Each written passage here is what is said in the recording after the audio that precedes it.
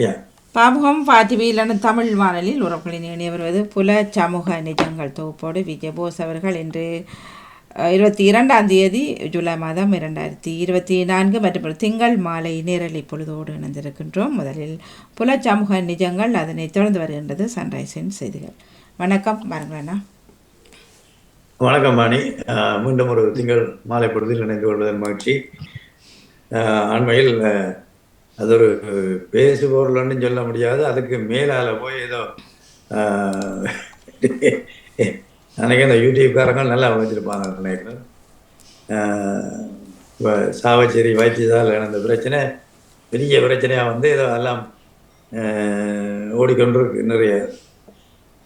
அப்போ சரி, அதை நாங்களுமே விடுவோம், நாங்களுமே ஏதாவது அதை பற்றி பேசிக்கொள்ளலாம் என்று யோசித்தபடியால் இன்றைக்கு அந்த தலைப்பு எடுக்கலாம் என்று யோசித்தேன்.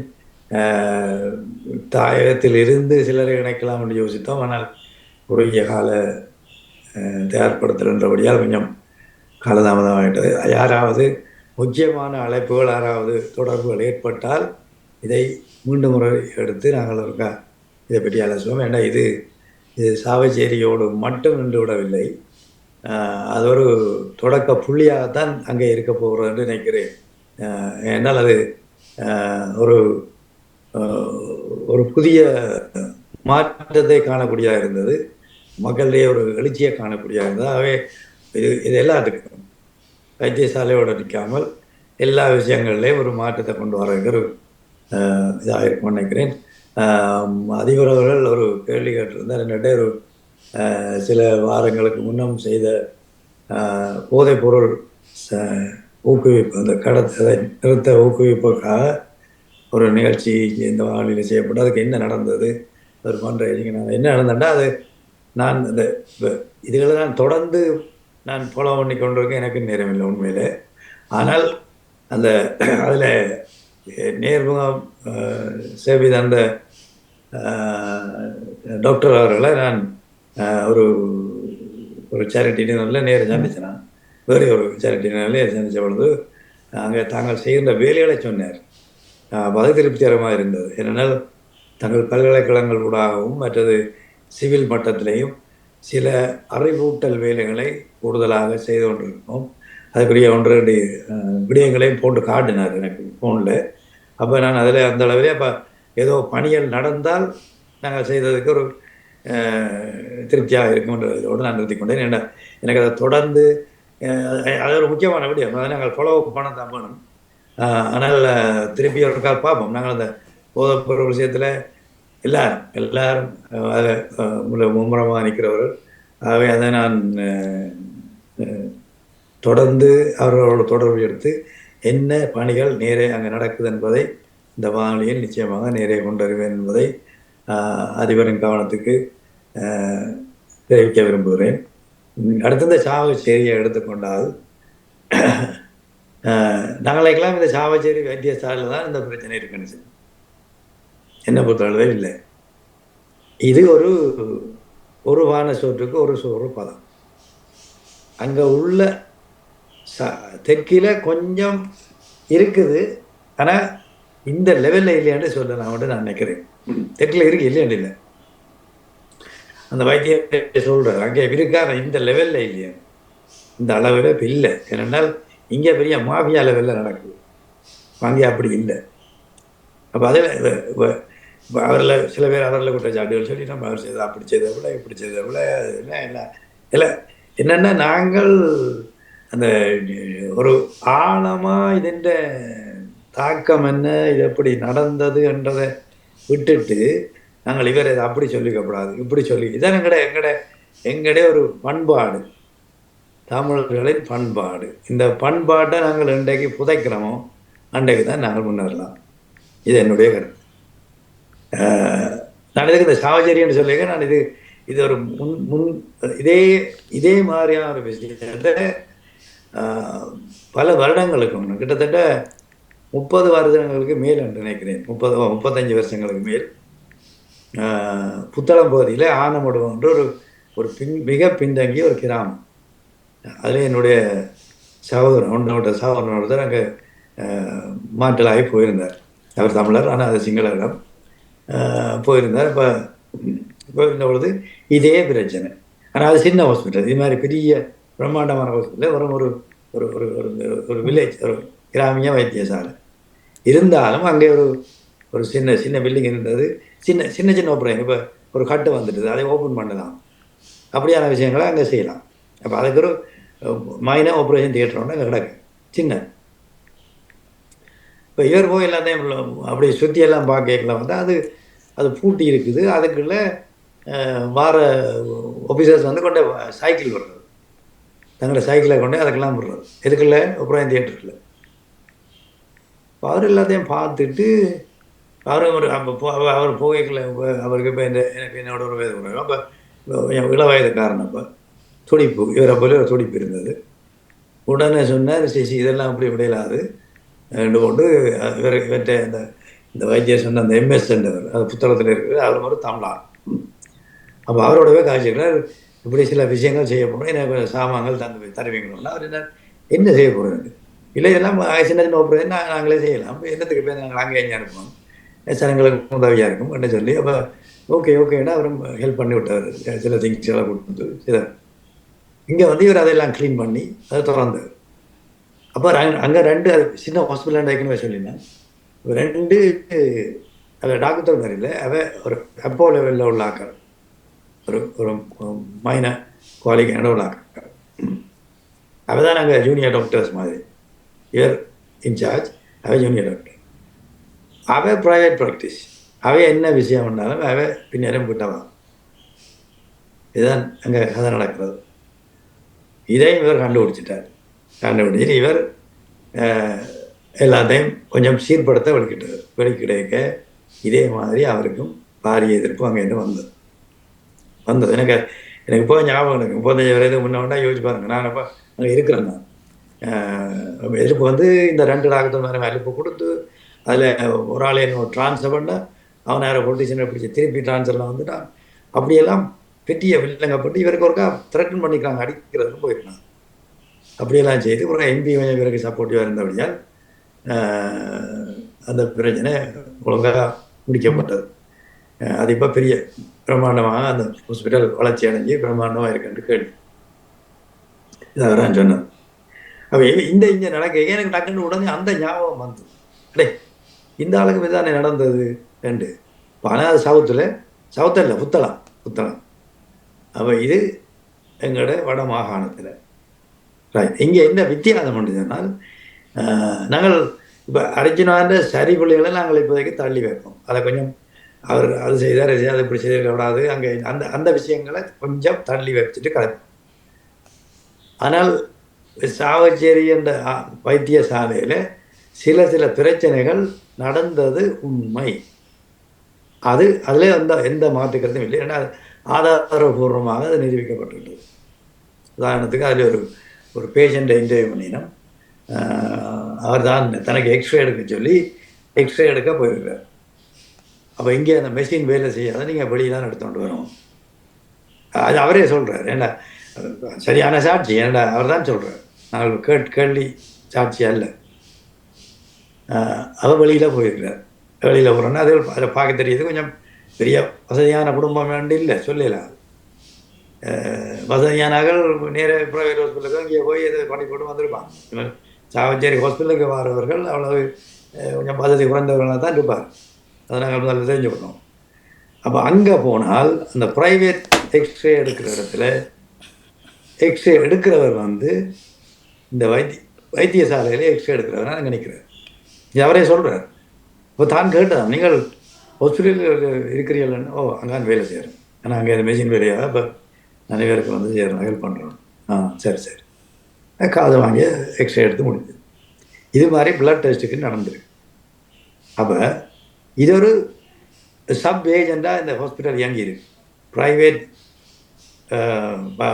வைத்தியசாலைகளுக்கு இவர் ஒரு சப் ஏஜெண்டாக இந்த டாக்டர் மேர் எல்லாரும் இயங்கியிருக்கணும், ஊழியர்கள் எல்லாரும் சேர்ந்து இயங்கியிருக்கணும்ன்றது இது மறுக்க முடியாத ஒரு உண்மையாக இருக்குது. அந்த அது அர்ஜுனாதன்றதை விட இது ஒரு மறக்க முடியாத உண்மை. அடுத்தது இந்த 14 வருஷமாக இருந்த கட்டிடம், அதை நாங்கள் ஒத்துக்கொள்ளத்தான் வேணும். கட்டிடம் இருக்குது, 14 வருஷம் துறக்கையில்ன்றதும் எல்லாரும் சொல்லிடணும். எக்யூப்மெண்ட்ஸ் அதுக்குரிய தளபாடங்களும் அங்கே இருக்குது. ஆனால் அங்கே இல்லை. ஏன்? அப்போ இது கேள்வி. ஏன்? இதே அர்ஜுனா கேட்டவர், வேறு ஒருத்தரும் கேட்காதபடியாக அவர் கேட்டவர். நான் முதல் சொன்ன உதாரணத்தை நீங்கள் இங்கே ஃபிக்ஸ் பண்ணி பார்த்தா தெரியும். ஒரு யங் பர்சன் ஒரு நல்ல ஏதோ நல்லதாக செய்ய வழிக்கிடண்டு இடத்துக்கு போகிறவர் இதில் கொஞ்சம் கவனம் செலுத்துவார். சில விஷயங்களை திருத்த வழிக்கிடுவார். அது பிள்ளை இல்லை. இவே அங்கே பதவியில் இருக்கிற அவ்வளோ பேரும் எல்லாம் கிட்ட நெருங்குறார்கள். அதாவது ஓய்வு வயதை கிட்ட நெருங்கி கொண்டிருக்கிறாங்களா? அவையில் நீ இப்படி பிரச்சனைகளை கிளற விரும்புகிறோமோ இல்லை, இருக்க மட்டும் நாங்கள் ஏதோ கத்தப்படாமல் இருந்து நம்ம நடக்கணும்னு பார்த்துட்டு போகணும் தான் விரும்புவோம். அது அந்த பில்டிங்கை அதுக்கெல்லாம் அமைச்சரோ யாரோ நாங்கட்டியோ வந்து சுதந்திரிப்பினோம் அந்த பில்டிங் அதெல்லாம் செய்வாங்க. அவரை கூப்பிட்டு வெத்திலையும் கொடுத்து 2 மேலதாளங்களையும் அடித்து பிள்ளைங்களை நாதஸ்வரத்தையும் பாய்ச்சி கொண்டு வந்து அதை வடிவாக திறந்து 4-5 சொற்பொழிவுகள், இது எங்களுக்கு இன்னும் இப்படியான வந்த உதவி, இது பெரிய மாபெரும் உதவி, அதெல்லாம் இதில் நாங்கள் பெரிய ஜாம்பவான்கள் எங்கள் தமிழர்கள் இதில் நம்பர் 1 கிடைக்காது. இதெல்லாம் செய்து கூட அவர் போன வகையோட பூட்டி வச்சிருக்கு. ஏன்னா இது இயங்கினால் அந்த ப்ரைவேட் வேலைக்கு கொஞ்சம் விழுக்காடு வரும். இதுவும் ஒரு ஏற்றுக்கொள்ளப்பட வேண்டிய உண்மை. மற்ற விடயங்களுக்கெல்லாம் நான் போகலை. அதுக்கு நாங்கள் எங்கள்கிட்ட ஆதாரங்கள் இல்லை. இது ரெண்டும் ஆதாரம் இருக்கிற விஷயம். நேராக கண்ணாடியாக கண்ணால் பார்க்கக்கூடிய விஷயங்கள் இந்த 2. மற்றது அங்கே நிதி கையாடல் அதுகளை நான் போயில்லை. ஏன்னா அதுக்கு எங்கள்கிட்ட எந்த ஆதாரமும் இல்லை. அது வரும் குற்றச்சாட்டுகளாக எடுத்துக்கொள்வோம். அதை பற்றி நாங்கள் இதில் கதைக்க தேவையில்லை. யாரும் வந்தால் தயார் செய்து அந்த பகுதிகளில் போகணும். இதில் நாங்கள் வச்சுக்கொண்டு கதைச்சால் முக்கியமான விஷயம், ஒரு 14 வருஷம் திறக்கப்படாமல் இருக்கிற ஒரு பில்டிங், இந்த எக்ஸ்ரே அதுகளுக்கு எல்லாத்துக்கும் வெளியில் போகிறது. நினைக்கிறேன் ஃபார்மசியும் தான் நடந்திருக்கும். ஃபார்மசிக்கும் போனாலும் சொல்லி வேணும் நமக்கு இந்த மருந்தில்லை அங்கே மருந்தில்லை, இது வெளியில் வாங்கு, இது நடந்திருக்கும், அது வெளியில் வரையில்லை, பட் அப்படி நடந்திருக்கலாம்.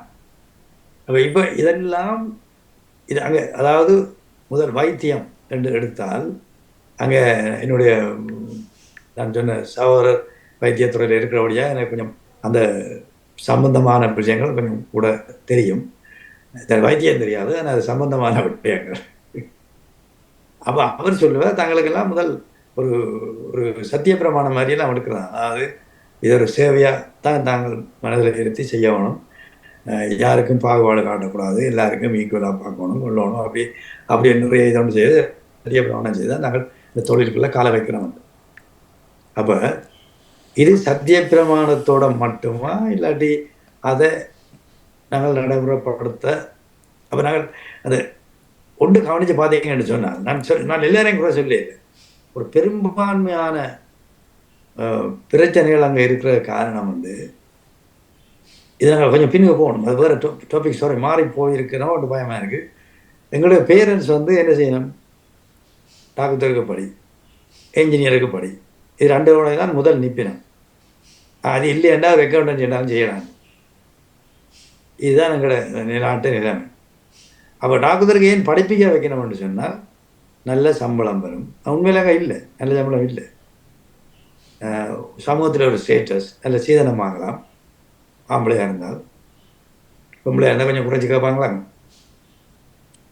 அப்போ இதுகள் எல்லாத்தையும் வச்சு அப்போ அங்கே பாரவர்கள் அறவாசி பெற்றோர்கள் என்ற உந்துதலால் டாக்டராக வந்தவர், ஒரு சேவை மனப்பான்மையோடு வந்தவர்கள் இருக்குது.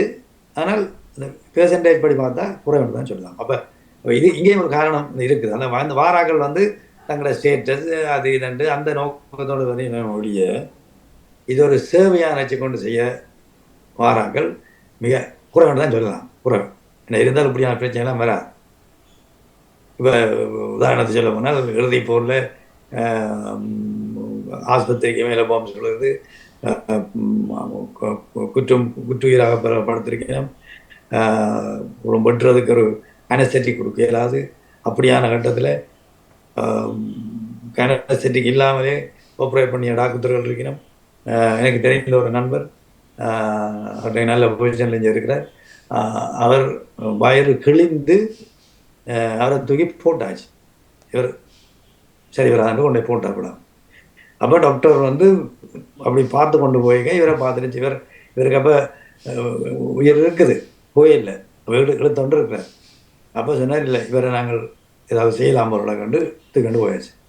இன்றைக்கே வந்து லண்டனில் இருக்கிறார். அப்போ அந்த சேவை மனப்பான்மை உள்ள டாக்டர் மாதிரியே நான் கூரையில் அது டாக்டர்ஸ் அண்ட் குழுவுக்கெல்லாம் எல்லாரையும் அடக்கையில் இந்த ஒரு சிலர் செய்கிறதாலே அது ஒரு பெரிய பாரிய இதாக போகுது. அதுதான் அங்கே பிரச்சனை. அப்படியானவர்களும் இருக்கேங்கல்ல, எத்தனையோ தங்களோட லைஃபை ரிஸ்க் பண்ணி தான் அங்கே நின்றாவே செய்தாங்க. இப்போ அது அவர் வந்தது நான் சொன்ன முதலாவது கேட்டகரி. அதாவது சத்தியப்பிரமாணம் எடுத்து அந்த சேவையோடு வந்தவர் நாங்கள்லாம் அவன்.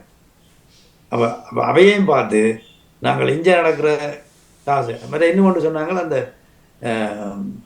ஒருவர் செத்தால் பிரேத பரிசோதனை செய்யணும். அதுக்கு ரேட் இருக்கான். ஒரு நாளைக்கு ஒரு ரேட், 2 நாளைக்கு எடுக்கலாம்ன்ற ஒரு ரேட், சனியாக இருக்க ஒரு ரேட், 2-3 நாள் கழிச்சு எடுக்கலாம்டா ஒரு ரேட். இது நான் கேள்விப்படவே இல்லை, முதல் தரம் கேள்விப்படுறேன். அப்போ இதெல்லாம் யாழ்ப்பாணத்தில் நடக்குதா? நாங்கள் மனித நேயம் மிக்க மாபெரும் புருஷர்கள்னு சொல்கிற யாழ்ப்பாணத்தில் இதெல்லாம் நடக்குது என்றால் இதை யாராவது தட்டி கேட்கத்தான் வேணும். அதை கேட்ட அர்ஜுனாவுக்கு எங்களுடைய பாராட்டுக்கள். நாங்கள் நிறைவுரைகள் இருந்தாலும் பரவாயில்லை, ஆனால் இதை முதல் இந்த பூகத்தை கிளப்பி விட்டதுக்காக அவருக்கு நாங்கள் நன்றி சொல்லுவோம். நாங்கள் அவர் இப்போ பெருசாக யூடியூப்பில் ஒன்றும் கொடுக்குறேன்னு சொல்லியிருக்கார்.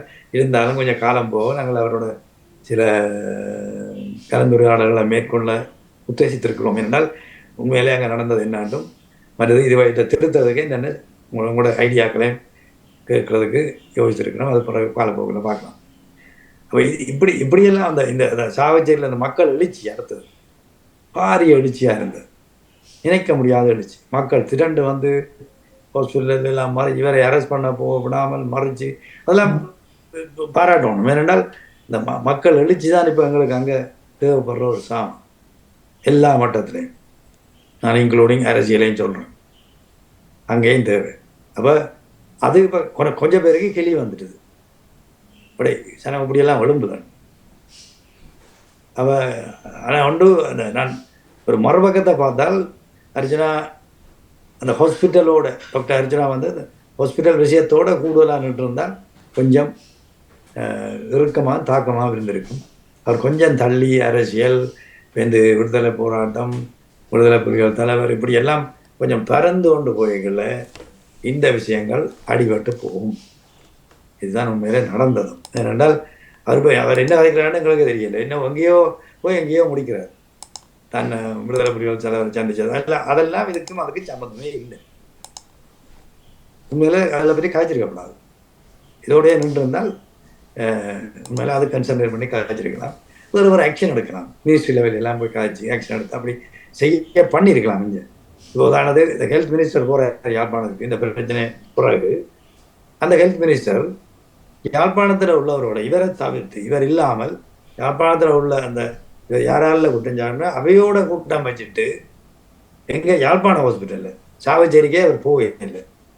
அதுக்கு கொடுத்த பதில் தான் ஆக சிரிப்பு. தான் அதை கேட்டதாகவும் அங்குள்ள வைத்தியர்கள் அது தேவையில்லைன்னு சொன்னதாகவும் அதால் தான் போகலை. இது நாங்கள் இப்படியானாக்களை மினிஸ்டராக வச்சுக்கிறோன்றதுக்கு நல்ல உதாரணம். நீ போன நீ என்ன பிரச்சனைக்கு சாவச்சேரியில் ஹாஸ்பிட்டல் பிரச்சனை யாழ்ப்பாணம் இல்லை சாவச்சேரியில் நின்று நீ அந்த கூட்டத்தை வச்சுருக்கணும். மக்களை கூப்பிட்டு காய்ச்சிருக்கணும். கொஞ்சம் வாங்க கூட என்ன ப்ராப்ளம்? இதுதான் மினிஸ்டர் செய்ய வேண்டிய வேலை. நீ அங்கே கூட்டம் வச்சுட்டு எல்லாம் எவ்ரிதிங் ஆல் ரைட்னு வரதுக்கு நீ என்னதுக்கு போகணும் யாழ்ப்பாணத்தில்? எங்களை எல்லாம் நாங்கள் மினிஸ்டராக வச்சு நாங்கள் ஐயோ நாட்டு இதான் நாட்டு இப்படி கிடக்குது, அதை நாங்கள் அதுக்குள்ள போகணும். ரைட், நான் கொஞ்சம் கூட எடுத்துட்டு நினைக்கிறேன். வணக்கம் சிவராஜன். வீடியோக்களை ஆன் பண்ணா நல்லது. வணக்கம். வணக்கம். வணக்கம். இந்த இடத்துல முதலிலே நான் என்னுடைய தனிப்பட்ட ஒரு சின்ன அஞ்சலியை செலுத்த விரும்புகிறேன். நான் பிறந்த 66ஆம் ஆண்டு மூலாய் வைத்தியசாலையில் நான் உயிர் தப்ப மாட்டேன் என்று வைத்தியசாலையில் பணியாற்றியவர்கள் என்னை சவக்காம்புராக்கு அனுப்புவதற்கு தயாரி ஒரு பக்கம் ஒதுக்கி வைத்துவிட்டு அம்மாவை மட்டும் காப்பாற்றி ட்ரீட்மெண்ட் கொடுத்து கொண்டிருந்த போது டாக்டர் சம்பந்தர் பார்வைக்கு வந்தபோது ஃபேமஸ் டாக்டர் என்னை பார்க்க வேண்டும் தான் ஒரு தடவை என்று வந்து உள்ளங்காலை தொட்டு பார்த்துட்டு உடனடியாக ட்ரீட்மெண்ட் ஆரம்பித்து 58 நாட்களுக்கு கண்ணாடி பெட்டியில் வைத்து என்னை ஒரு மனிதனாக உயிர் காப்பாற்றியவர்களுக்கு அஞ்சலி செலுத்தி கொண்டு, அப்படிப்பட்ட ஒரு உயரிய மனிதநேய பண்பாளர்கள் இப்போ இருக்கிறார்கள் என்று நாம் உங்கள் கண்டுபிடிப்பது கடினமான ஒரு சூழ்நிலையாக மனவேதனையுடன் அன்றைய தொழில்நுட்பத்திலே அவர்கள் பணியாற்றிய விதமும் சமூகம் மனிதநேயம் என்பதற்கும் இன்றைக்கும் நிறைய தொழில்நுட்பம் வளர்ந்த அளவுக்கு எங்கள் அட்டிடியூட், எங்களோட பழக்க வழக்கங்கள், பண்பு, பணம் இருந்தும் பண்பில்லாத ஒரு கட்டத்துக்கு போயிருக்கின்றோம். தொழில்நுட்பம் இருந்தும் அதை சரியாக பயன்படுத்த முடியாமல் போயிருக்கிறதற்கு மிக வேதனையோடு, அடுத்து இந்த வாரம் ஒரு கனத்த வாரம் என்பதால் இன்றைய தினம் ஒரு திங்கட்கிழமை 83ஆம் இதே திங்கட்கிழமை காலை கொழும்பில் தீ வைக்கும் சம்பவம் கலவரம் ஆரம்பித்தனால் அந்த சாட்சியமாக ஆகஸ்ட் 12ஆம் தேதி வரைக்கும் வந்த இடங்களில் நின்று லான்சர்காருக்கு 7 பேரை 5ஆம் சந்தியில் எரித்தது முதல் இன்னும் பல கடைகளுக்கு தீ வைத்ததை கண்ணால் பார்த்து ஒரு மனிதநேயம் மற்ற செயல் ஏற்பட்டதிலிருந்து இன்றைக்கு 41வது வருடமாகியும் நாங்கள் பல கட்டங்களில் பல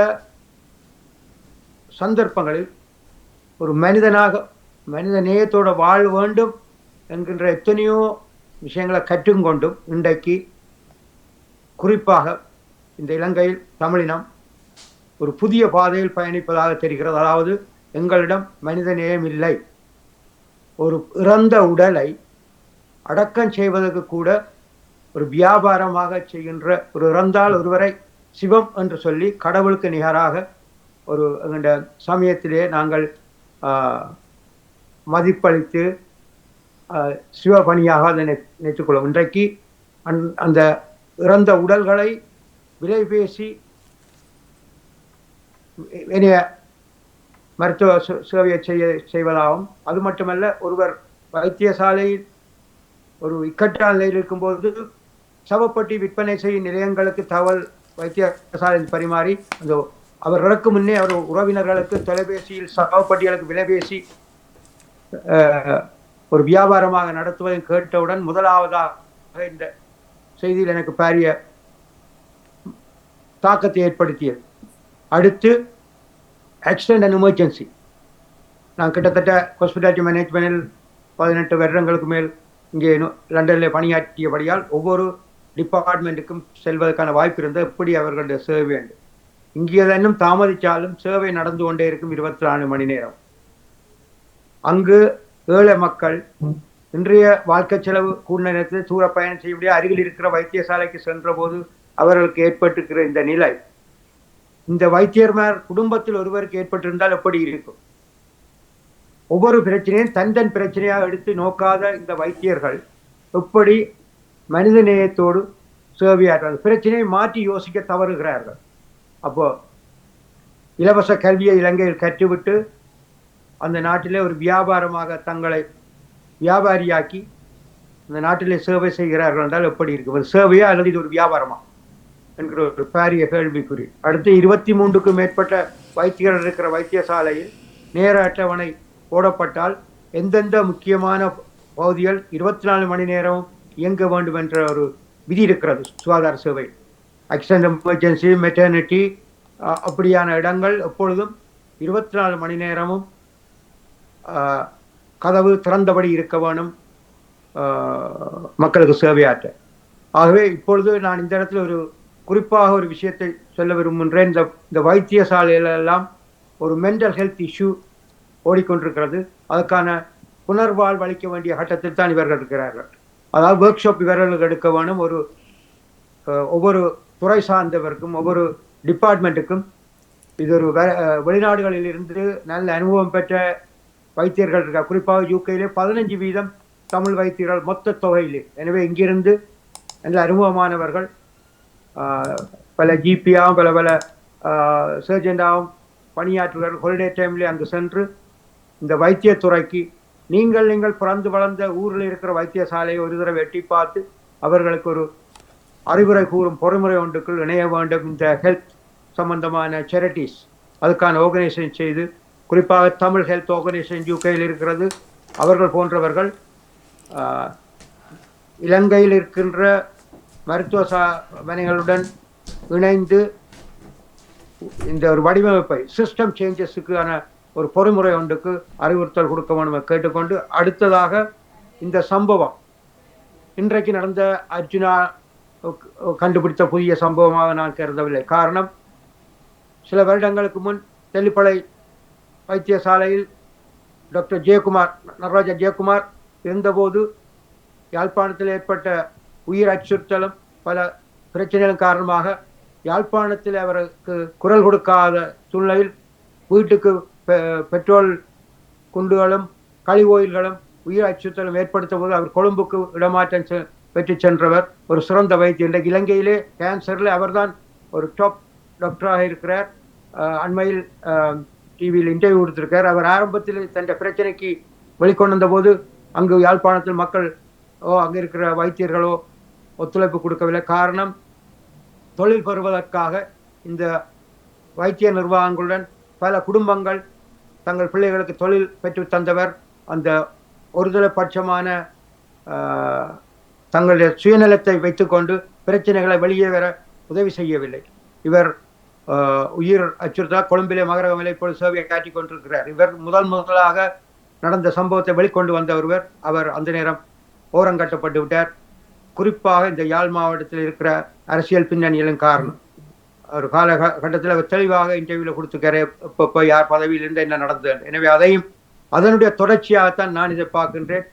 இந்த பிரச்சனைகள் வெளியே கொண்டு வருவதை இடமாற்றமும் பதவி மாற்றத்தையும் கொடுத்து அவர்களுடைய குரல் ஒடுக்கப்படுகிறது, அல்லது அவருக்கு மறைமுகமான அழுத்தங்களும் மறைமுகமான ஒரு ஒரு ஒரு தாக்கத்தையும் ஏற்படுத்துகிறது. எனவே அர்ச்சுனாவின் இந்த குரல், அதாவது குரலிழந்த மக்களுக்கான குரல், இது அவருடைய சுயநலத்துக்காக. எனவே அப்படி எடுத்து அதில் உள்ள பிரச்சனைகளை தீர்ப்பதற்கு இலங்கையிற்கு வேணிய நல்ல வைத்தியர்களும் இது சார்ந்த நிறுவனங்களும் அரசில் அமைச்சுக்களில் பொறுப்பில் இருப்பவர்களும் இதை கவனம் எடுக்க வேணும். குறிப்பாக தற்போது இருக்கிற அதிகாரம் ஜனாதிபதிக்கு இருப்பதால் ஜனாதிபதி ரணில் விக்ரமசிங்க கௌரவத்துடன் இந்த பிரச்சனையை அவர் கையில் எடுத்து தீர்வு காண தவறும் பட்சத்தில் வருகின்ற தேர்தல் அவருக்கு பாரிய சவாலை இது உருவாக்கும். அதற்கான காலகட்டம் அறிவிட்டது. அது மட்டுமில்ல, தமிழ் அரசியல்வாதிகள் ஒரு போலித்தனமான நாடகம் ஆடிக்கொண்டிருக்கிறார் இந்த சந்தர்ப்பத்தில். எனவே தமிழ் அரசியல்வாதிகள், நான் நினைக்கிறேன், எமது வாழ்வை பெறுவது இன்று வரை தமிழ் மக்களை ஏமாற்றி இருக்கிறார்கள். இது ஒரு பாரிய மனித உரிமை மீறல் செயல். எனவே இந்த அரசியல்வாதிகள் தொடர்ந்து தேவையா என்பதை மக்கள் தான் தீர்மானிக்க வேண்டும். எனவே இது மக்களுடைய பிரச்சனை, மக்கள் கையில் விட்டு விடுகிறோம். இது என்னுடைய தனிப்பட்ட கருத்து. ஆனால் இங்கு நடந்த பிரச்சனை ஒவ்வொன்றையும் நாங்கள் துல்லியமாக ஆவணத்துடன் ஆதாரத்துடன் கண்டு எடுத்து புலம்பெயர் மக்கள் மத்தியில் நாம் இதை பற்றிய ஒரு விரிவான ஊடக சேவையை ஊடக தர்மத்தின் அமைய கொண்டு நடத்த வேணும். ஏனென்றால் இது ஓங்கி ஒலிக்கப்பட வேண்டிய குரல். புலமும் நிலமும் இணைந்து இந்த மனிதநேய பணியில் மனிதமையான செயல்கள், வைத்தியசாலைகள் அனைத்தும் ஒரு சிஸ்டத்துக்குள் வரும் வரை நாங்கள் தொடர்ச்சியாக குரல் கொடுப்பது மட்டுமில்லை, நடைமுறையில் தரவுகள் எடுத்து என்னென்ன மாற்றங்கள் நடந்து கொண்டிருக்கின்றன, தீர்வு காணப்பட்டிருக்கா இல்லையா என்பதை அரசுக்கும் அரசு சார்ந்த நிறுவனங்களுக்கும் வெளியில் ஏனைய நிறுவனங்களுக்கு அழுத்தம் கொடுக்கிற ஒரு மெக்கானிசம் உண்டு. பல்கலைக்கழக மாணவர் மத்தியில் மூலமாக இதை கொண்டு வரப்பட வேண்டும். இளைஞர்கள் இதில் இணைய வேண்டும். ஆகவே இந்த ஊடக சேவை ஊடாக இப்படியான ஒரு விழிப்புணர்வு நிகழ்ச்சியை கொண்டு வந்தமைக்கு நன்றி தெரிவித்துக் கொண்டு ஏனையவர்களுக்கும் சந்தர்ப்பம் வழங்குகிறேன். நன்றி. நன்றி சிவா. ஒரு கேள்வி என்னன்னா, அர்ஜுனாண்ட விடயம் ஏதோ ஒரு விதத்தில் முற்றுப்புள்ளி வைக்கப்பட்டு விட்டது. அவர் ஒரு கொஞ்ச காலத்துக்கு முதல் அவர் வருவார், திரும்பி சாவச்சேரிக்கு வருவார், வந்தே தீர்வேன், அப்படியெல்லாம் பதிவுகள் வந்து கடைசியில் இப்போ அவர் கொழும்போடையே நிற்க வேண்டிய கட்டத்துக்கு வந்துட்டு. இப்போ உங்களோட கருத்தை சொல்லுங்க. அதாவது இவர் தச்சலாக திருப்பி சாவச்சேரிக்கு வந்திருந்தார் அவரால் அந்த ஒரு சேவை செய்கிறது இப்படி இருந்திருக்கு. நான் நினைக்கல. இப்போ இவ்வளவு விஷயத்தையும் செய்துட்டு அவர் அங்கே இருந்து தொடர்ந்து, ஏன்னா அங்கே இவர் மைனாரிட்டி, அங்கே இவரை எதிர்க்க இருக்கிறார்கள் பெரும்பான்மையானவர். அப்போ அவருக்காக வேலை செய்ய முடியுமான்றதை ஒரு யோசிங்க. என்ன இதில் இதுல ஒரு முக்கியமான விஷயத்தை கவனம் எடுக்க வேணும். அங்கு இருக்கிற எல்லா வைத்தியர்களும் குற்றவாளிகள் அல்ல. அங்கு பணியாற்ற நல்ல வைத்தியர்கள் இருக்கிறார்கள். எனவே இது அந்த சிஸ்டம் சேஞ்சஸ்ன்றது தலையிலிருந்து வர வேணும். இப்போ இவர் இதுக்கான ரோட்மேப் இது மீள வடிவமைக்கப்பட வேணும். அதுக்கான டீம் ஒர்க் சரியா இருக்க வேணும். ஒரு சர்வதேச தரத்திலே நடைமுறையில் சாத்தியமான முறையிலையும் இதற்கான நிதி நிர்வாக கட்டமைப்பு அனைத்தும் மீள் வடிவமைக்கப்பட வேணும். அப்பொழுது ஒவ்வொரு டிபார்ட்மெண்ட்டும் குற்றம் சாட்டப்பட்டவர்கள் தற்காலிகமாக இடமாற்றம் செய்யப்பட வேண்டும். அதுக்கான நீதிமன்ற விசாரணையோ அல்லது ஒரு குழு ஒன்று அமைத்து விசாரணை கமிஷன் மூலமா தீர்வு காணப்பெறும் வரை அவர்களை பணியை இடமாற்றம் செய்து இந்த வைத்தியர்கள் மக்களுக்கு சேவை தொடரப்பட வேண்டும்.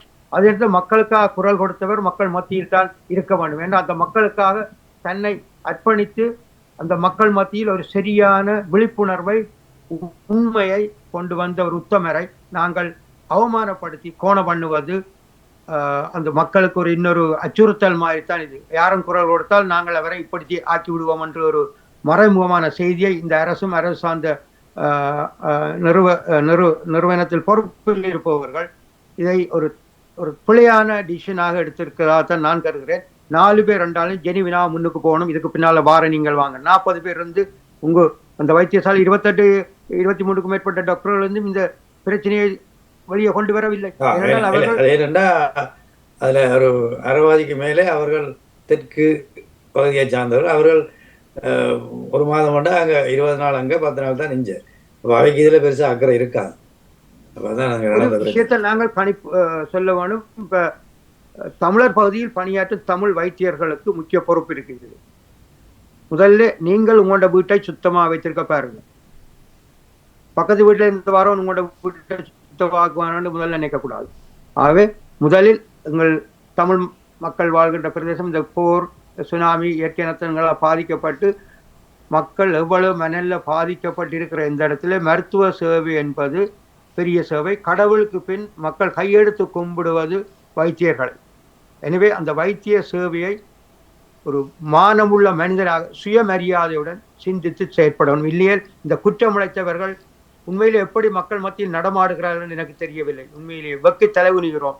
வைத்தியர்கள் கோடிக்கணக்காக சீதனம் மதுமாய் கல்யாணம் செய்து கொண்டு மக்களை எவ்வளவு மந்தைகளாக நடத்தி இருக்கிறார்கள் என்றுதான் நான் கூறுகிறேன். அவ்வளவு அவமானப்படுகிறேன். இன்றைக்கு இந்த துறைக்கு எவ்வளவு அர்ப்பணிப்புடன் படித்துவிட்டு எவ்வளவு கனவுகளை படித்துவிட்டு அந்த ஸ்தானத்துக்கு வந்தபின் 2 பேரை நான் இலங்கையில குற்றம் சாட்டுவேன். ஒன்று இந்த வைத்திய துறையில் இருப்பவர், இன்னொன்று சட்டத்தரணிகள் இந்த போத வஸ்துக்காக நீதிமன்றத்தில் ஆஜராகி காப்பாற்றி விடுவதால்தான் தொடர்ந்து இந்த போத வஸ்து நடைபெற்றுக் கொண்டு யாருமே போத வஸ்து கடத்தல் போத வஸ்துக்கு ஆஜராகாம இருந்து கைவிடப்பட்டால் அவர்களுக்கு சட்ட தண்டனைக்கு உள்ளாகுவார்கள்.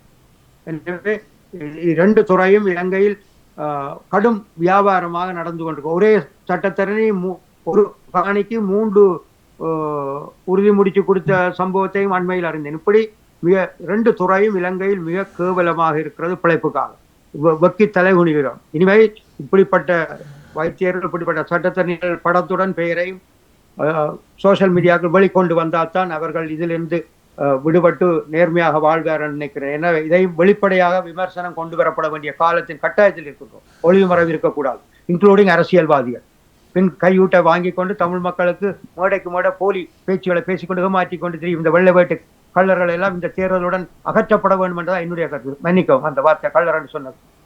நன்றி நன்றி நன்றி. இனி 4ஆவதாக ஒருவர் இணைப்பில் இருக்கிற பேர் இல்லை, யாரு சொன்னால் அறிமுகப்படுத்தினா நல்லா இருக்கு. அது பேரை காணல. 2 பேர் ஜாயின் பண்ணிக்கிறேன். பாலன் சிவா உண்டு, அவர் போயிட்டார் உலகு. இப்போ சாம்சங். ஹலோ, வீட்டில் இருக்கோம் அவருடைய அதான் அன்மினிட் பண்ணிட்டு கலக்கி சொல்லுங்க. அதுல அந்த சாம்சங் என்ற இணைப்புல இருக்கிறால் அன்மினிட் பண்ணணும். ஆடியோ வீடியோ ரெண்டும் மீட்ல நிற்கிறீங்களோட. ஆமாம் ஆமாம்.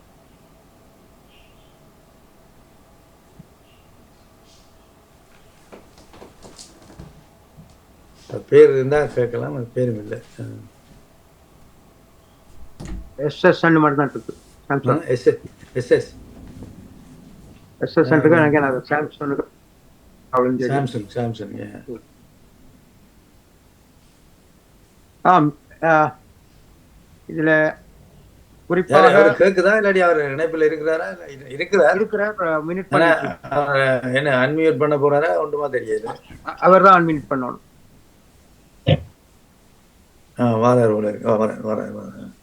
ஹலோ, வணக்கம். வணக்கம் வணக்கம். அவர் வந்து இந்த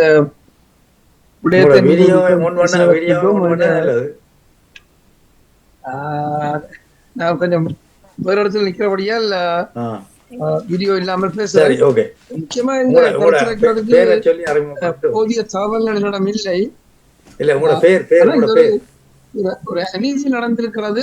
அந்த அநீதிக்கு எதிராக அந்த இளம் வைத்தியர் குரல் கொடுத்திருக்காரு இருக்கின்ற அளவிலே அவருக்கு ஒரு பாராட்டுகளை சொல்லி நீங்கள் ஏற்கனவே சொல்லிவிட்டீங்கள். அவர் தன்னை அந்த இடத்துக்குள்ளேயே தன்னை வைத்துக் கொண்டிருந்தால் இன்னும் அவருக்கான நன்மதிப்பும் ஆதரவுகளும் கூடுதலாக இருந்திருக்கும். எனவே ஒரு விஷயம்தான் வழங்க வேண்டியது என்னென்றால், இப்ப இந்த பிரச்சனை வெளிக்கொணரப்பட்ட அளவுக்கு பிரச்சனைக்கான தீர்வுகள் என்று ஏதாவது வந்திருக்கிறதா? இப்ப அவர் வந்து ஒருக்கா சொல்லினார் நான் உண்ணாவிரதம் இருக்க போறேன், ஒருக்கா சொன்னார் நான் யாழ்ப்பாணத்துக்கு விட்டு போக மாட்டேன் என்று. ஆனால் இப்ப அவருக்கு என்ன நடக்குதுன்றது ஒரு விஷயம். அடுத்து அவர் எழுப்பிய பிரச்சனைகளுக்கு என்ன தீர்வு என்றதும் ஒரு எனக்கு வினாவாகத்தான் விடுகிறேன். எனக்கு இதை பற்றின விவரங்கள் தெரியாது. நீங்கள் கேட்டபடியாலும் ஒருவரும் அங்கே இல்லாதபடியால் நான் அதை என்ன குரலை காட்டினேன். மற்றபடி இதில் அவருக்கு நாங்கள் அடிப்படையில் பாராட்டு செல்லலாம். முதல் சிவா அவர்கள் சொன்ன மாதிரி ஏற்கனவே ஒரு டாக்டர் சொன்ன விஷயம் அந்த காலகட்டத்திலே எங்களுக்கு தெரியாது. ஆனால் இப்போ சோசியல் மீடியா கொஞ்சம் பிறப்பாக இருக்கிறோடைய கூட அறிந்திருக்கிறோம். அப்போ இது புலம்பெயர் மண்ணிலே இதற்கான எதிர்வினை என்ன என்பது கூட எனக்கு தெரியாது. அதையும் தெரிந்தால் நீங்கள் சொல்லலாம். ஏனென்றால் இப்போ ஒரு பிரச்சனை ஒருவர் கொண்டு வந்திருக்கிறார். அந்த பிரச்சனைக்கு இதுவரை என்ன நடந்திருக்கிறது, இனி என்ன நடக்க வேண்டும் என்பதை பற்றி நீங்கள் சொல்ல நான் கேட்க தயாராக. என்னிடம் செலவுகள் இல்லை, கேள்விகளை மாத்திரம்தான் வைக்கலாம். சொல்லுங்க.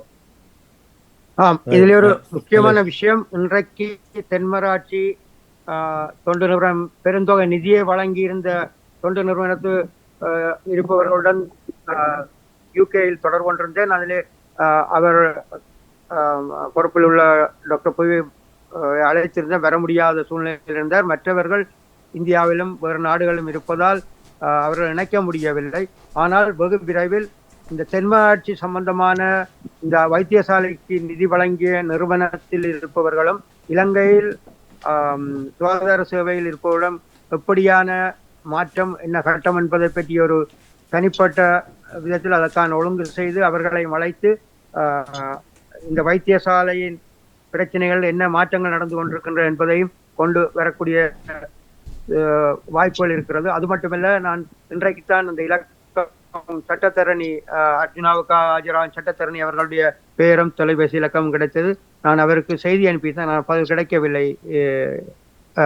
நாளை அவருடன் எப்படி தொடர்பு கொண்டு ஒரு சந்தர்ப்பத்தில் இனி அடுத்த கட்டம் சட்டத்தரணியூடாக சட்ட ரீதியான என்ன நகர்வு என்ன நடக்கின்றன உத்தியோகபூர்வமாகத்தான் வெளியே கொண்டு வருவது சால சிறந்தது. ஏனென்றால் சோசியல் மீடியாவிலே பெரிய செய்திகளை பல பின்னணியில் சேகரிப்புத்தன்னும் கொண்டு வந்து விடுவார்கள். எனவே அவருடைய சட்டத்தரணி மூலமாக வெளிக்கொண்டு வரும் செய்திகள் மக்கள் மத்தியில் உண்மையான ஒரு தகவலாக நாங்கள் பரிமாறுவதுதான் ஒரு ஊடக தர்மத்துக்கு நல்லதுன்னு நினைக்கின்றேன். பெரும்பாலும் அதுக்கான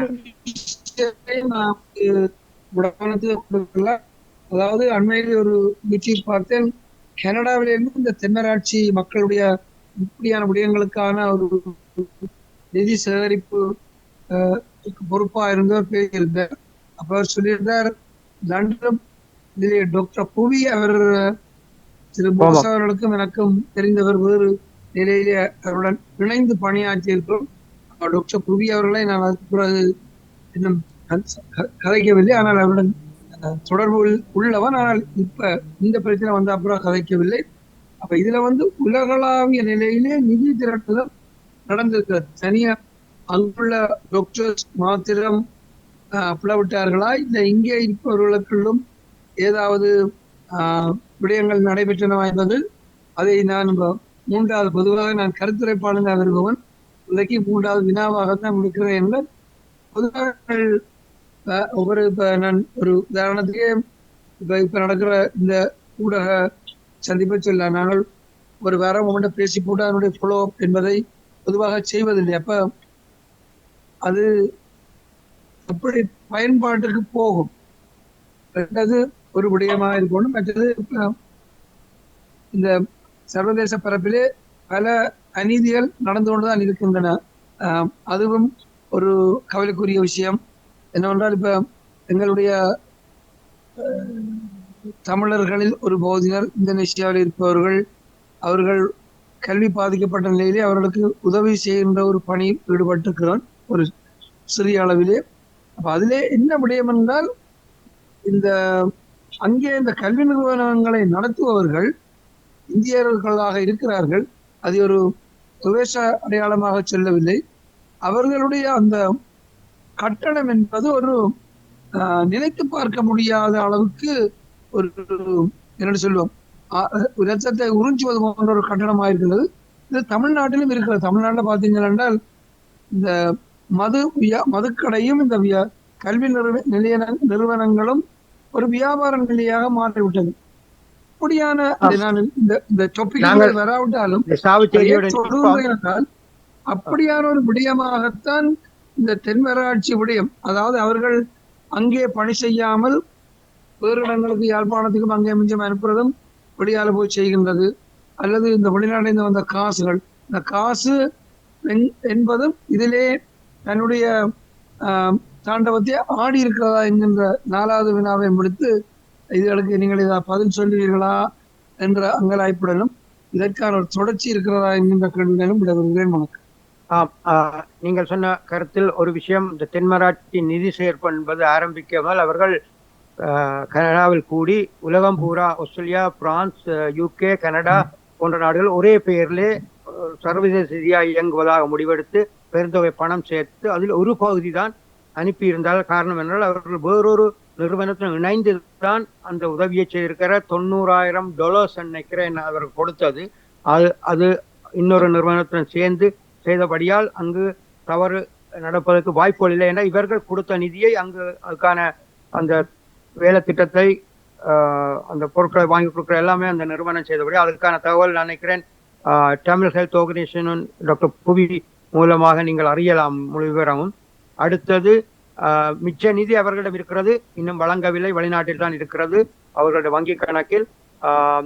எனவே அவர்கள் தொடர்ந்து இங்கு சேவை ஆற்றுவதற்கு தயாராகத்தான் இருக்கார். ஆனால் அங்கு அனுப்பிய நிதிக்கான சரியான வேலைத்திட்டம் நடைபெறாத ஒரு மனத்தாக்கத்தில் இருக்கிறார்கள்.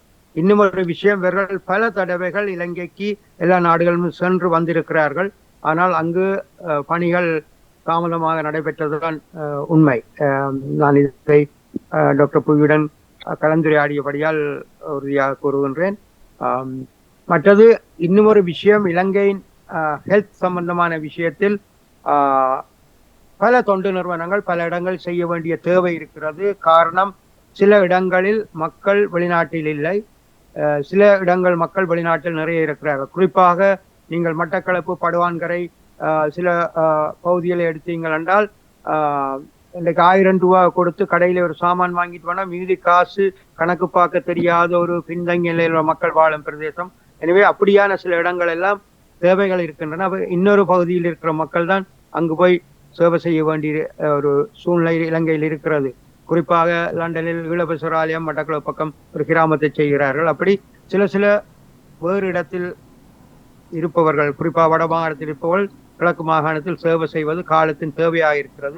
சில குறைகளை நிவர்த்தி செய்யணும். எனவே பரந்துபட்டு சேவை ஆற்றுவது நல்லது, ஆனால் எடுத்த காரியத்தை தெளிவாக முடிக்க வேண்டும் என்பதுதான் எங்களுடைய நோக்கம். எனவே அந்த எடுத்த காரியம் சரிவர மக்களுக்கு சென்றடைவதற்கு அவர்களும் நிதியை கொடுத்துவிட்டு கைகட்டி இருக்காமல் தங்களுடைய அழுத்தங்களையும் அதுக்கான தொடர்ச்சியான சேவை பற்றிய ரிப்போர்ட்டையும் பப்ளிசிட்டி பண்ணி தரவுகளை வெளியிடுவதுதான் நல்லதென இந்த இடத்திலே எனது கருத்தாக முன்வைக்கிறேன். நன்றி.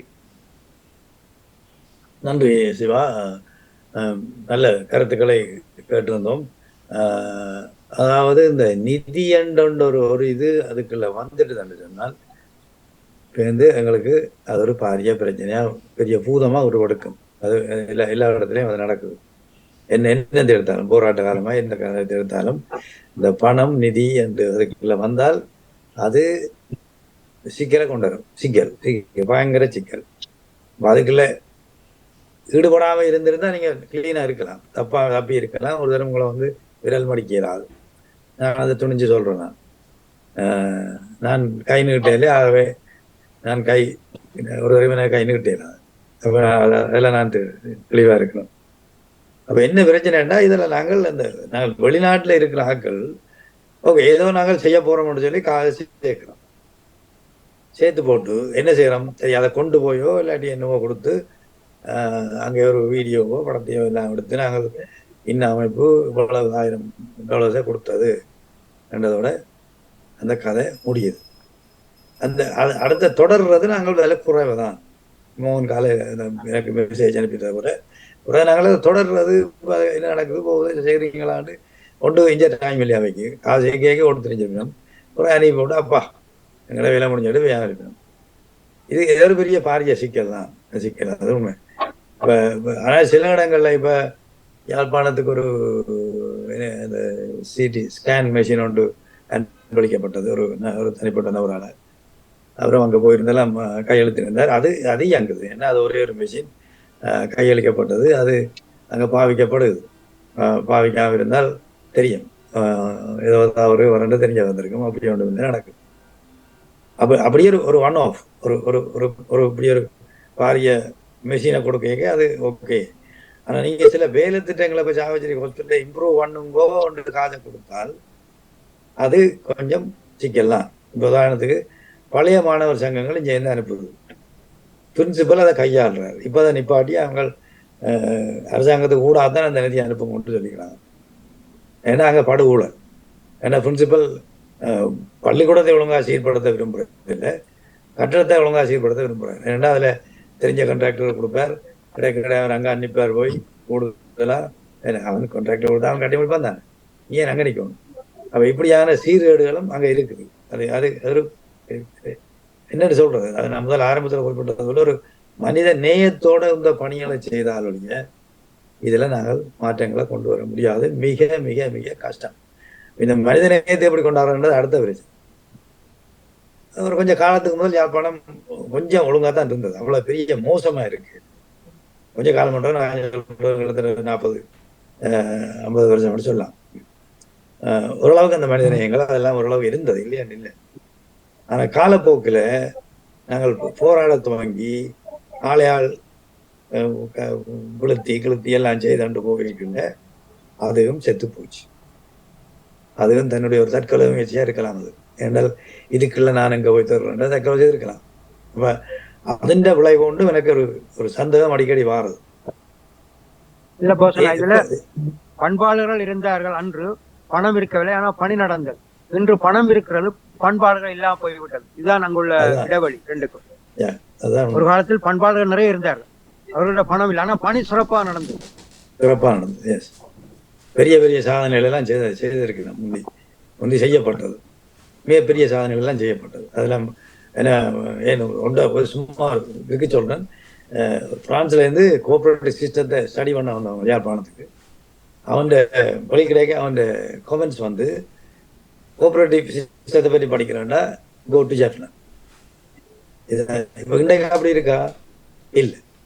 அப்போ நாங்கள் இருந்தாங்க, அப்படி இருந்தாங்க, இல்லையாண்டு இல்லை. ஆனால் இப்போ எல்லாம் தேஞ்சு கழுதை தேஞ்சு கட்டரம்பா நிற்கிது.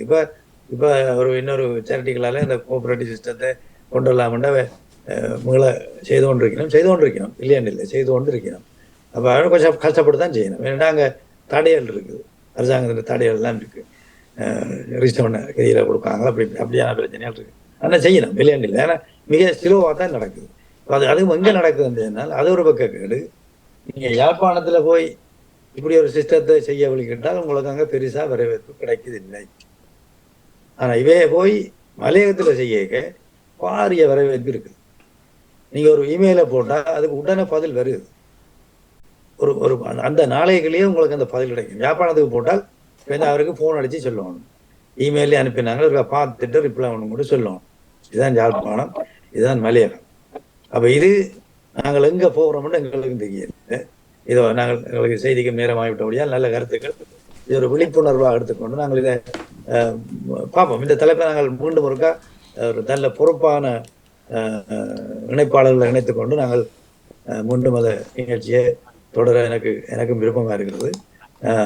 ஆகவே இத்தோடு நாங்கள் இந்த இதில் இணைந்து கொண்ட திரு முருகானந்தம், ஈஸ்வரன் அண்ணா நிற்கின்றாரே. யாரு? ஈஸ்வரன் அண்ணா.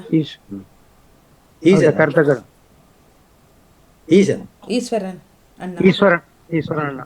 ஈஸ்வரனுக்கு 7 மணிக்கு துவங்குறது நிகழ்ச்சி, 8 மணிக்கு இல்லை 7 மணிக்கு. சரி, சரி சொல்லுங்க. ஒரு வார்த்தை அவர்கிட்ட கேட்டுட்டு சரி வாங்க ஈஸ்வரன் அண்ணா. வணக்கம். வேணா எல்லாம் வச்சு அனுப்பி விடலாம். சொல்லுங்க ஐயா. வணக்கம். வணக்கம் வணக்கம் வணக்கம் வணக்கம். நான் 7:30 ஒரு தூரம் பார்த்தேன், மற்றதுல ஒன்றும் நடக்க இல்லை. அப்படின்னு நான் திட்டு 8 மணிக்கு பார்த்தேன், இல்லை எனக்கு என்ன போனது என்ன வந்ததுன்னு தெரியாது. எனவே நீங்கள் முடிக்கிற நேரத்தை முடிச்சு விடுவோம். இந்த வில்லகத்துக்கு வந்து மாட்டாமல். ஆமா ஆமா ஆமா. புக்க வந்து மாட்டி தெரியாம இந்த விஷயம் தெரியாம கதைக்க கூடாது. விஷயம் தெரிஞ்சே கதைக்கலாம இருக்கு. விஷயம் தெரியாம பின்னுக்கு தெரிகிறது பெரியாற்ற படமா இல்லாட்டி கூட படமா? அதுவும் ஒரு பெரியார் தான். என்ற வயது நாம் பிறந்த நாளையில அவரும் பிறந்தது. அப்படியா? ஈஸ்வர பெரியாரா? அவர் பெரியார் இல்ல, சிறிய.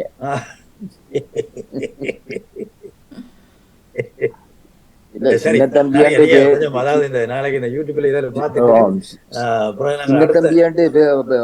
பேரை வச்சுட்டு சின்ன தம்பியாகவே தானே சாகுற 100 வயதுலயே. இது சம்பந்தமான அடுத்த நிகழ்வுல கலந்து உங்களோட கருத்துக்களை பதிமாறு கேட்டுக்கொண்டு இதோடு முடிக்கலாம் நிகழ்ச்சியை. நல்ல சந்தோஷமா முடிக்கலாம். தேங்க்யூ. நன்றி நன்றி. வணக்கம். வணக்கம். எனவே தந்த இந்த அஞ்சலோட்டத்தை தொடர்ந்து ஓட வேணும். புலத்தில் இருக்கிற மக்கள் வெளிப்படைய வேணும். நிலத்தில் இருக்கிற மக்களுக்கு ஒரு நல்ல மனிதனைய பணி தொடரும் மட்டும் இதை தொடர்ந்து இந்த குரல் ஓங்கி ஒலிக்க வேண்டும் என கேட்டுக்கொள்கிறேன். நன்றி நன்றி நன்றி. வணக்கம். நன்றி அண்ணா. தொடர்ந்து கொள்வோம். நன்றி சிவண்ணா, நன்றி மோசனா, நன்றி சரணா, நன்றி முருகானந்தன் அவர்கள். எல்லோருக்குமே மிக்க நன்றி. வணக்கம். நன்றி. நமக்கு வருகின்றது புல சமூக நிஜங்கள். தோப்படை விஜய் போஸ் அவர்கள் அணிந்திருந்தார்கள். அடுத்த வாரம் மற்றும் ஒரு தலைப்பினூடாக சந்தித்துக் கொள்வோம். நன்றி வணக்கம். தொடர்வது சன்ரைஸின் செய்திகள். நன்றி அண்ணா. வணக்கம்.